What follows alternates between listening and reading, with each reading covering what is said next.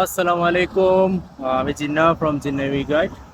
আজকে একটা সতর্কমূলক একটা কথা বলি যে আমাদের বাংলাদেশি ভাই ব্রাদার্সের জন্য এই বিষয়ে অনেক বাংলাদেশি বড় বড় ইনফ্লুয়েন্সাররা সতর্ক করার চেষ্টা করছেন। তো অনেকে জিনিসটাকে ভালোভাবে নিছে, অনেকে জিনিসটাকে একটু তিক্তভাবেও নিছে।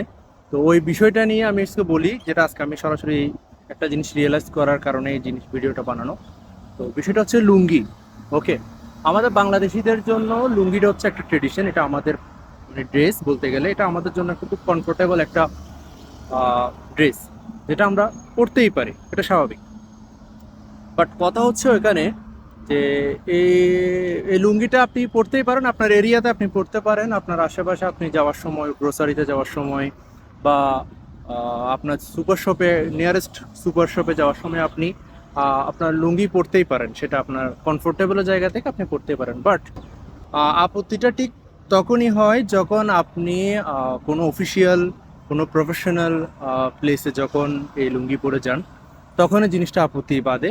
এবং অনেকেই বোঝার চেষ্টা করে না যে যেহেতু এখানে মাল্টি ন্যাশনাল, মাল্টি কালচারের একটা কান্ট্রি, তো এখানে আমাদেরকে কম্বাইন করে এখানে কালচারগুলো মেনটেন করতে হয়।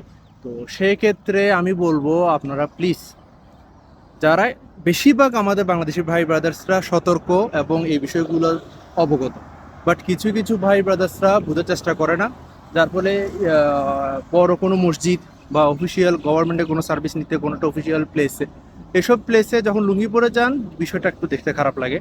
তো তো আসলে একটু মনে কষ্ট নেবেন না। কেউ যদি আমার কথাতে বা আমার এই যে মেসেজে যদি কেউ কষ্ট পেয়ে থাকেন, সেক্ষেত্রে আমি ক্ষমা প্রার্থী। বাট জাস্ট এটা একটা সচেতনমূলক একটা আপনাদের জন্য একটা বার্তা দিলাম। তো আশা করি আপনারা মেনটেন করার চেষ্টা করবেন।